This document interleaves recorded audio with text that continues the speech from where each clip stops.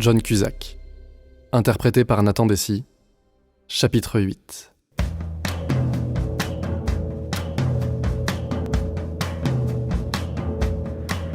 Une voiture noire, toute reluisante, se gara devant l'abord du tapis rouge.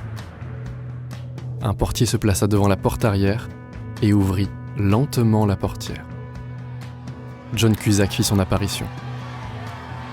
Habillé d'un costume bleu marine, chemise blanche sans cravate, il salua en premier l'organisateur de la rétrospective. Quelques mots furent échangés. Michel, trop loin, ne put distinguer le contenu de la conversation. Mais il s'en fichait un peu car il se dit que cela devait être des formules de politesse, c'est tout. John démarra son parcours vers l'entrée. Assailli de flashs d'appareils photo, il prenait le temps de saluer la foule, signer quelques autographes et répondre à 2 interviews de journalistes. Michel, lui, regardait et ne disait rien. Pas un mot ne sortait de sa bouche. Il affichait son sourire le plus éclatant, se recoiffa très vite et attendait. John n'était plus qu'à quelques mètres de lui. Il allait s'arrêter, c'est sûr. John le reconnaîtrait.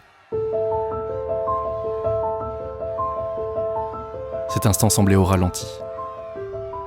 Mais Michel ne se démonta pas. Il attendait, sans perdre sa bonne mine. Il allait l'accueillir. John s'arrêta de nouveau pour prendre la pause. Derrière lui, arriva le fils de Clint Eastwood, Kyle. Le speaker, qui annonçait l'arrivée des stars de la soirée comme les émissions de variété des années 80, précisa que Kyle était actuellement en concert dans une célèbre boîte de jazz du coin.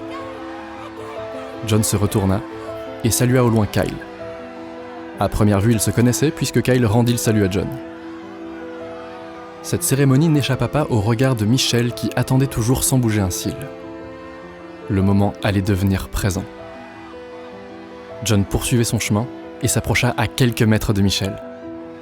Mais l'acteur était à nouveau arrêté par des bécasses de 40 ans qui souhaitaient un autographe.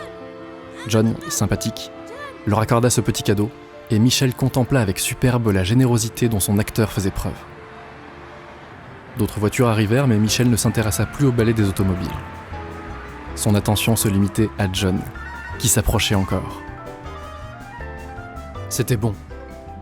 Voilà. Le moment arrivait.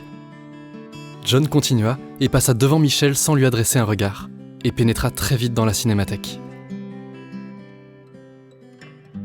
Michel ne comprit pas sur l'instant ce qui lui était arrivé. Don't walk too close. Don't breathe so soft.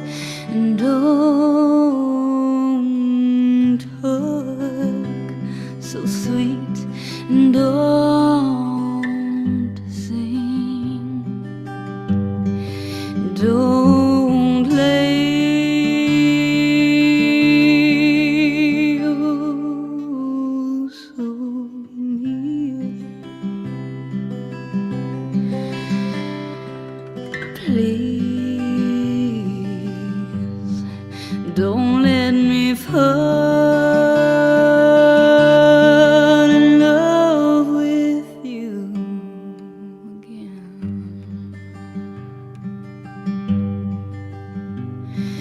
Please let me forget all those sweet smiles, all of passion, all of the heat, the peace, the pain, and all those blue skies.